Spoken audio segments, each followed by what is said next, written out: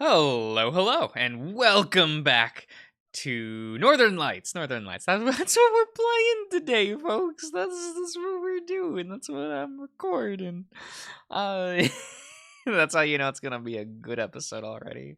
I've already forgotten. I pulled up the game, turned it on, hit record, and immediately forgot what I was doing.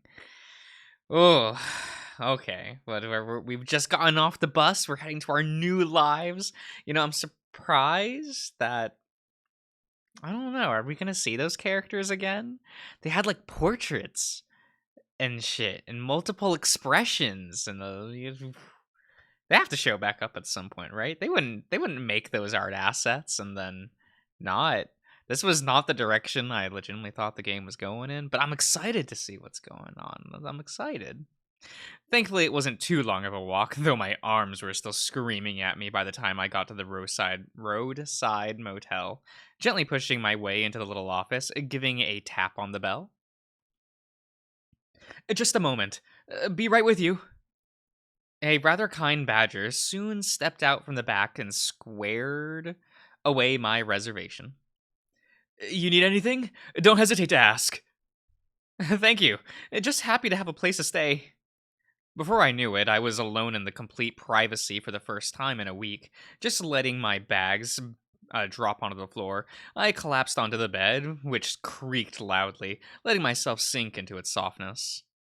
After melting into the bed for what seemed like a solid couple of hours, I found the strength to catch a shower, glad to wash the stink of the long journey from my body. We're playing as an otter, right? They do be stinky boys. As the water cascaded over me, I did my best not to think about home. If I let myself mope, I knew that would be the end of any motivation I had. If I wanted to stay strong, I would have to focus on what lay ahead. School starts next week, and I needed to find somewhere to stay before then. What little I'd saved up would only pay for a couple nights at this motel. Only a couple of nights. Okay. By the next morning, I was sitting in the motel office, reading over the morning paper, eyes wandering through the classified through the classifieds.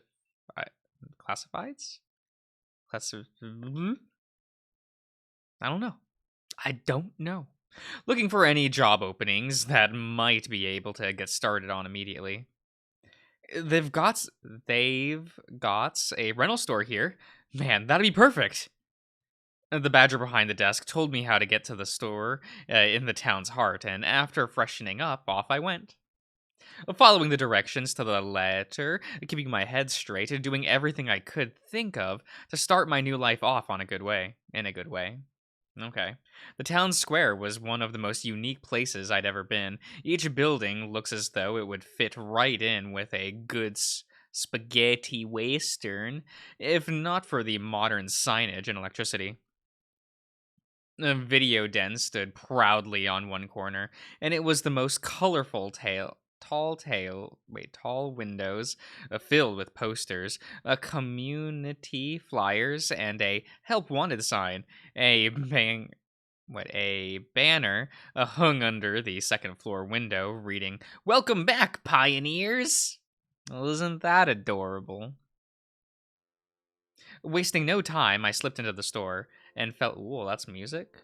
That's sound?" It's been a hot minute since there's here. Let me turn up the game audio a little bit. Let's try to get some tunes going for you guys, right? Yeah. This place is cute. I just noticed the thingy thing. Okay. When's the last time you've all been to like a video rental store? Like the one in my town died before I finished high school.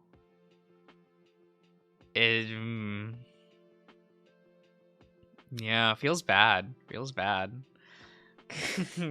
I remember, did anyone else's family go out like every like Friday night, go to the fucking video rental store and buy like one or no, not buy, but like rent a 2 to 3 movies and like watch them over the weekend as family things. That was my childhood.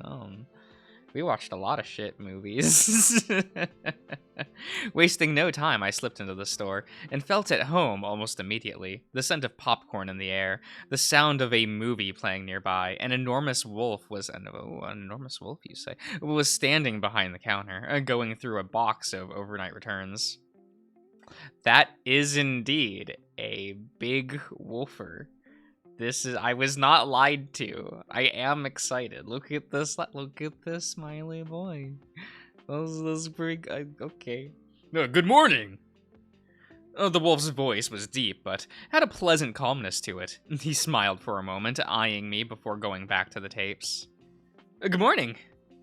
I continued to look around, almost forgetting the reason I even came to the store in the first place. I mean, if I was staring at the slab, I'd forget what I was doing too, until the wolf spoke up once again. Say, I don't think I've ever seen you before. New in town? Yes, sir. I just got in yesterday, actually. Ah, a freshman then. Well, welcome to our little town. Anything in particular you're looking for? A job? Yeah, actually. I saw your help wanted ad in the paper. I think it'd be a good idea for me to start off on the right paw here. The wolf slid a tape into a rewinder and moved closer to me. The lupine was distinctly taller, almost a foot above. It made me empathize with Tobin's height challenges. He seemed to eye me up and down, sizing me up. Name's Vincent, and what would be yours, pup? He called us pup. Cody, sir. A couple of questions to get out of the way first. Do you know a lot about movies? Yeah, a good bit. Back in New Orleans, I was part of the film club. Made a lot of my own films with my friends. Ah, happy to see a fellow film enthusiast around. Any prior experience working a register, or retail for that matter? No, sir. Well, I worked a cash box at school sporting events, selling snacks and stuff, but I'm real quick with math. Vincent was hard to read. I couldn't really tell one way or the other if he was pleased with my answer so far. All I knew was that he was keeping his eyes fixed on me. Well, you say you make movies. Got any other hobbies? I enjoy drawing, do quite a bit of it to plan scenes, and just for fun, helps when I take the lay of the land too for map making. I smiled, hoping my answers were good ones, standing a little too stiffly upright as the wolf continued to size me up. It felt like an uncomfortably long silence, as if the owner was looking at something about me that I couldn't see. An artist, you say? Tell you what, I never mind training a young pup, especially one that is already a film enthusiast. But I'll need a little more out of you, if you want the job. I'm running a special this week on horror films, half off on our rental fee. If you draw me something to promote it in a fun way, consider yourself hired. Are you gonna give me material? I just got here, Vincent. I'd be delighted to, sir. Oh, the wolf motioned with a paw, and I followed close behind, watching as he pulled a box of pastel chalks from under the counter, and then gestured to the door. Okay, thank you. Okay. That was gonna be rough, right? I don't think our dear Cody brought like a bunch of supplies with him. Unless that's what's in those duffel bags. Like full easel, a bunch of like painting, a bunch of paints, brushes, maybe a bunch of like sketch pads, some charcoal, it is what it is. Who knows? I guess we didn't see him pack. There's a chalkboard above the night drop box. Show me what you've got. With an enthusiastic nod, I grabbed the box and wandered outside. It didn't take me long to come up with what I thought was a good idea. After a mere 15 minutes, I had drawn it all out. An impressive and rather intimidating drawing of Freddy Krueger, the lion. Oh, they're a lion in this. Oh. Slashing the rental fee in half, as well as a twist on the sinister rhyme. 1-2 Freddy's coming at you. 3-4 better rent some more. Okay, is that it? I've never watched those movies like at all. I've never really watched slasher films. I've never avoided them. Just they've never come up in my life. I don't know. Should I get on that? We're almost in the spook season, right? So maybe I should. I don't have any subscription programs that look things at the moment though. I'll have to. I'll just raid a friends, right? Maybe that'll be the whole thing. Just as Vincent stepped outside to check on my progress, a fox wandered over to the checkout sign. Horror movies are discounted. Awesome. Do you have any? Do you have that one in? Yes, sir. We have several. First shelf, straight ahead on your left.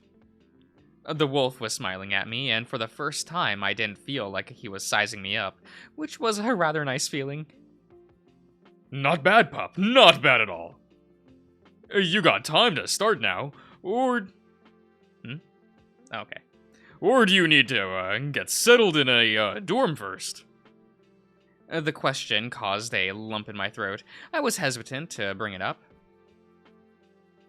Well, yeah, I'd be delighted to start now. Don't actually have a dorm room yet.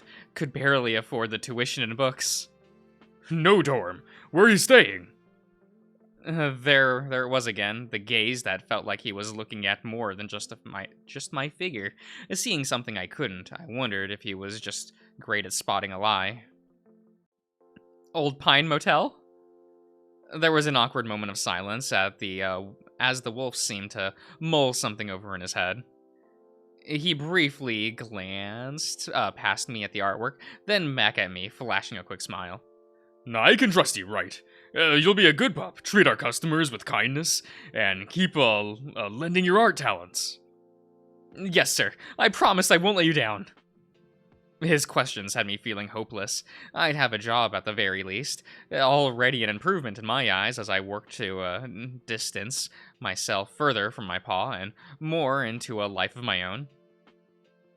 For a moment, I felt convinced... I felt connected to Vincent. Like we were on the... Oh god, I'm gonna try... Nope. Okay. That's fine. I'm not dying. Not yet, anyway.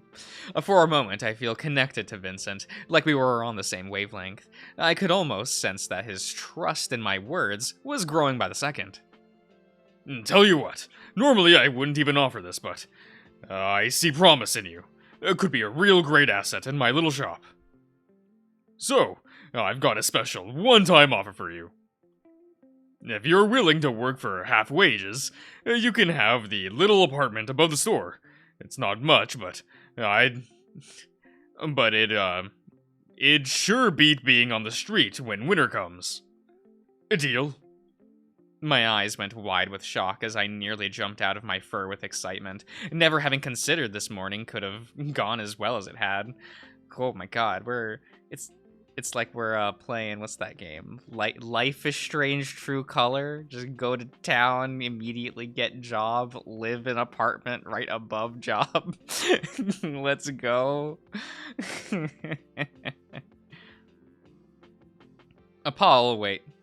Pa always told me I'd find nothing but failure in my life if I didn't stick to his plan. Yet here I am, proving him wrong. Maybe there's hope for me yet. The wolf was extending me a little lifeline, a solid chance to keep making something of myself. I'd be a fool to say no.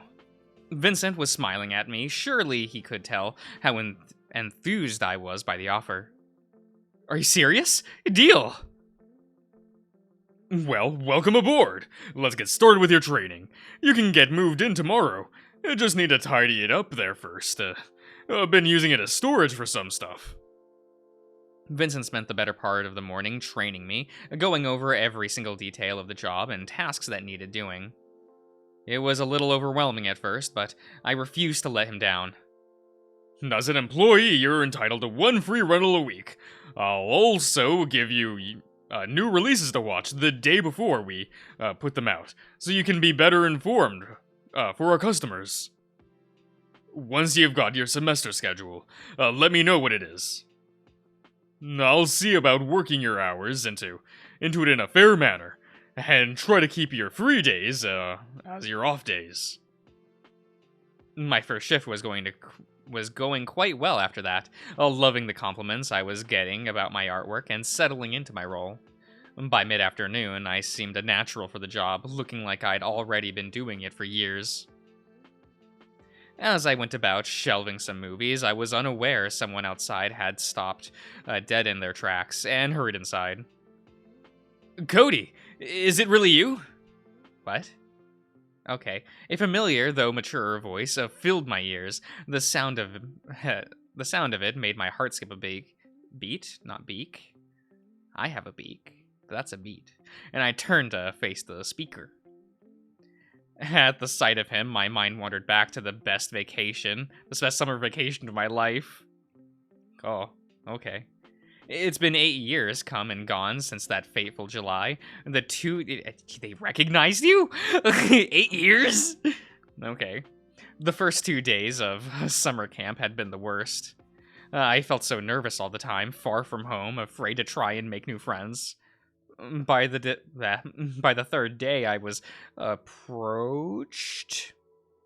Yes. By Aldrich. Aldrich? Okay. The confident and friendly German Shepherd who was able to make me feel at ease almost instantly. I'm just tripping over myself at the moment, that's fine. We became fast friends, and day by day, I would hang out with Aldrich even more than the day before. We'd fall behind on hikes just so we could talk more, spurred each other on in competitive activities like archery, climbing, and tag football. After the first week, I was like an entirely different person, actually filled with confidence to be my true self. Even Aldrich had been opening up right before my eyes, talking more about himself, filled with so much joy I could practically feel it radiating off of him. It was during our second week that we decided to break the number one rule of camp: don't leave the grounds. "Hey, Cody, wake up!" Groggily, I rolled over in my bunk, looking at the silhouette of the shepherd in the doorway. "Come on, sleepyhead. Don't tell me you forgot." I didn't. I was just faking. Aldrich flashes a toothy smile, easily spotting my lie, but it didn't seem to deter him one bit, motioning with a paw. "It took a while for the counselor cabin to go dark, but it's all clear now. Come on." "Where are we going, though?" "I told you. Going to the lake for a private swim." Hurriedly, I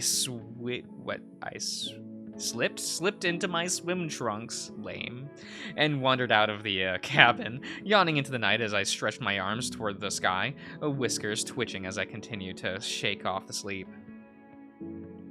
Quietly, Aldrich... That is the word, quietly, okay. Flashbacks to the password playthrough, just like, no. I can't make these mistakes. Aldrich led me further and further from camp, up to the wooden fence that served as the camp border. "Come on, I'll give you a boost." The shepherd pressed his back against the fence and cupped his paws together in front of him. I didn't even hesitate, stepping up, allowing Aldrich... I keep thinking I'm saying that wrong. That's probably the name, right? Aldrich to push me up, grasping the top of the fence and climbing over. "Get clear. Gonna toss my bag over." A few seconds later, the shepherd's bag landed near me with a heavy thud, and no doubt filled with some snacks and towels. The sound of his running filled me with excitement. With a grunt, Aldrich grasped the fence top and pulled himself over. We wandered into the forest, accompanied by the hooting of an owl, the crickets singing, and the sound of the lake lapping a shoreline, growing louder with each passing minute. "You're nervous." I mean, not nervous. I mean, I would be. Well, going out on a night swim with the guy, I'd be a little nervous. "You're never gonna believe what I found. I heard about it last summer from another camper. Just been waiting for the perfect moment to go." It feels kind of exciting being outside the camp. I don't reckon I'd be happy here if it wasn't for you. Camp just seems kind of boring. Man, you have no idea. 3 years now my parents have sent me here. First year was fun. But the camp got stricter about stuff, made it safer, made it boring if you ask me. Hell, we used to have arrows with real tips on them. Now we got those stupid blunt ones that can hardly punch into hay. First time here, we got a to climb real rocks, and now it's just a dumb wall. That sounds way more fun. My pa would have had a fit in if he found out about that.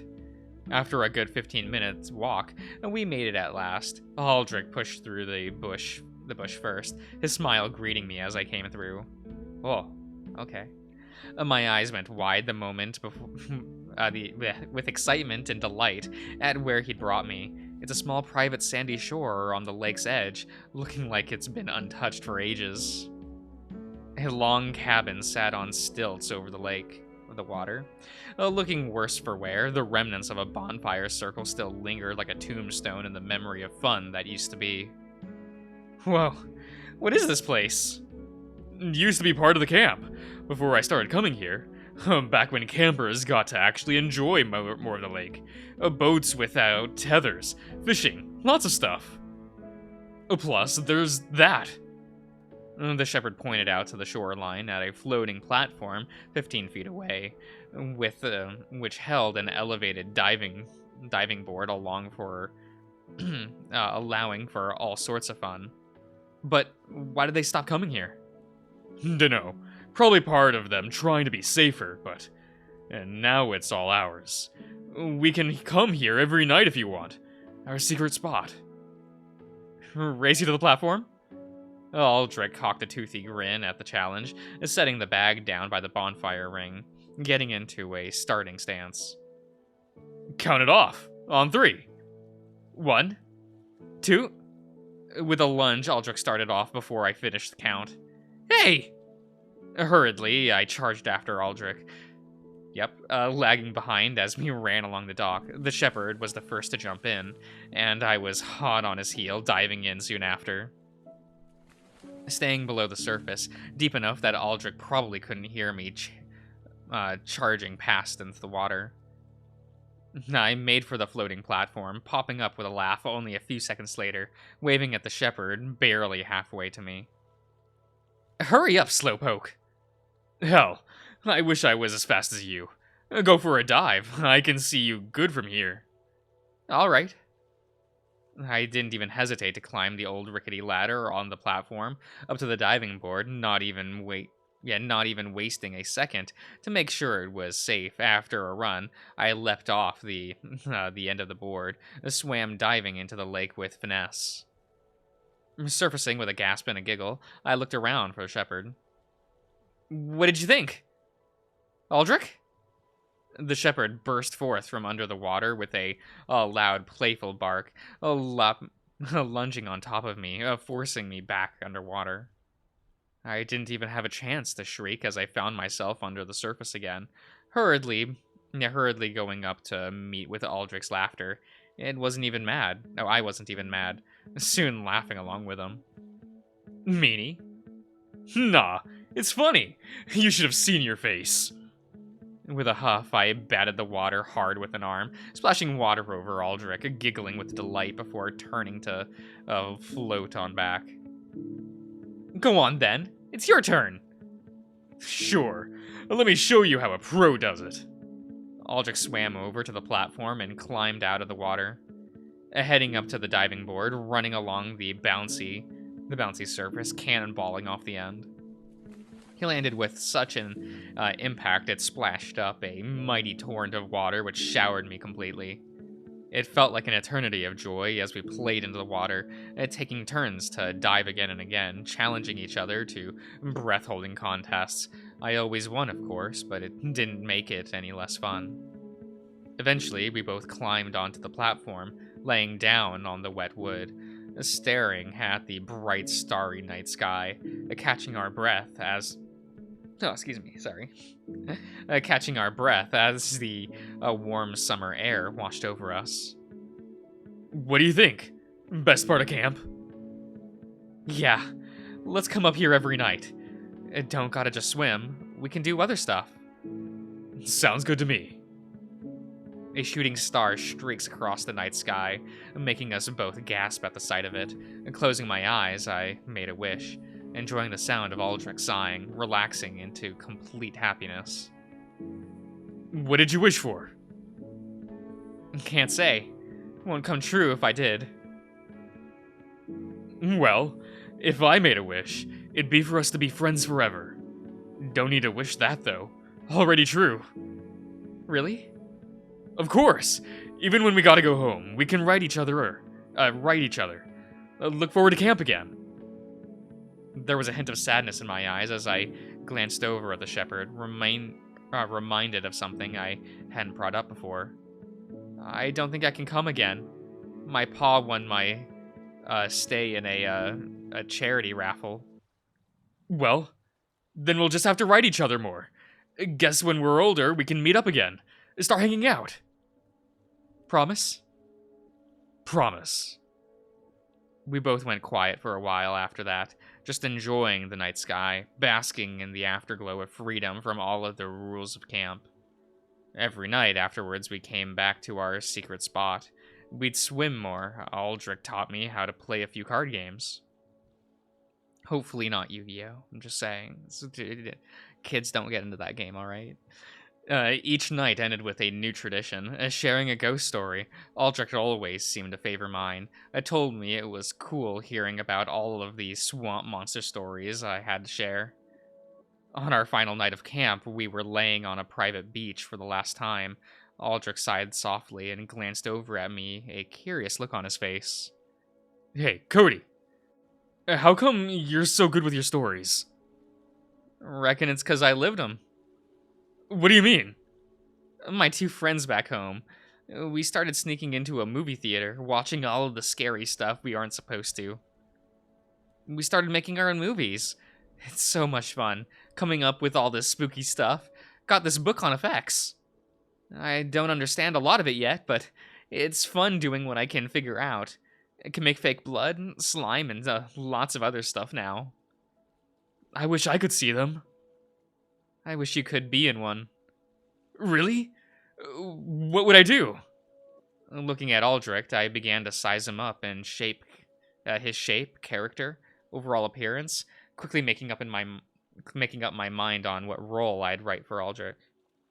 The hero. Ugh, that's no fun. I want to be the monster. I can make you a monster then. The thought of having him in one of my movies was weirdly exciting. Everything about Aldrich was exciting to me. He was so different from life back home. My friends meant the world to me, but the shepherd was so different. Everything from the way he spoke, his life, where he was from, it was all fascinating. It was the first person in my life, not even my friends, that I felt comfortable being entirely honest with. The next morning, we were being loaded onto different buses. It was the first time I ever felt sad about leaving camp, going about checking my bag to make sure I'd packed everything back in. Cody! Eldrick shouted out, running across the a cabin yard to greet me. I wanted to give you something. Almost forgot. He fished around in his pocket, pulling out a small, a small cracked open geode. Oh, the one from the beginning of the game? It glistened with a vibrant array of black, deep blue, and white crystals, my eyes going wide at the sight of it. But don't you want it? Nah. I know you, got it dud. So you can have mine. Something to remember me by. He handed the geode, and I twisted it gently, letting the crystals shimmering in the light. It's so cool, though. Not as cool as you. Aldrich smiled brightly, playfully punching me in the arm. I hardly noticed as I continued to admire the geode. Don't forget to write. I want to hear more about your movies. One of the counselors called out for the lingering campers to hurry up and get on the buses. I will, as soon as I get home. Sitting on my bus, I felt the pang of sadness again, staring out the window, watching Aldrich's bus rolling away, sending him on his journey back home. I'd never forgotten that summer together. For a couple of years, we sent letters back and forth talking about this and that. Silly little things. At least until 8th grade when Aldrich's letters stopped coming. I always wondered if he was mad at me or forgot about me. I stopped sending letters only a month after he stopped, doing my best not to dwell on the friendship that had drifted apart. Yet I never gave up all hope. Oh, well, this lad's a smiley cutie. Oh, this is all right. Okay, okay. We'll end the part here. I think that's a good idea. I read for a little longer than I thought I would. I don't know. I think I asked before in a recent video, what do you all like, the 20-minute videos or the 30-minute videos? What should I strive for, you know? I don't think I'll ever go back to making 40-minute videos for the solo playthroughs. The one with my co-host is only 40 minutes because we dick around for the first 10 minutes, so that's fine. But anyway, I'll see you around, everyone.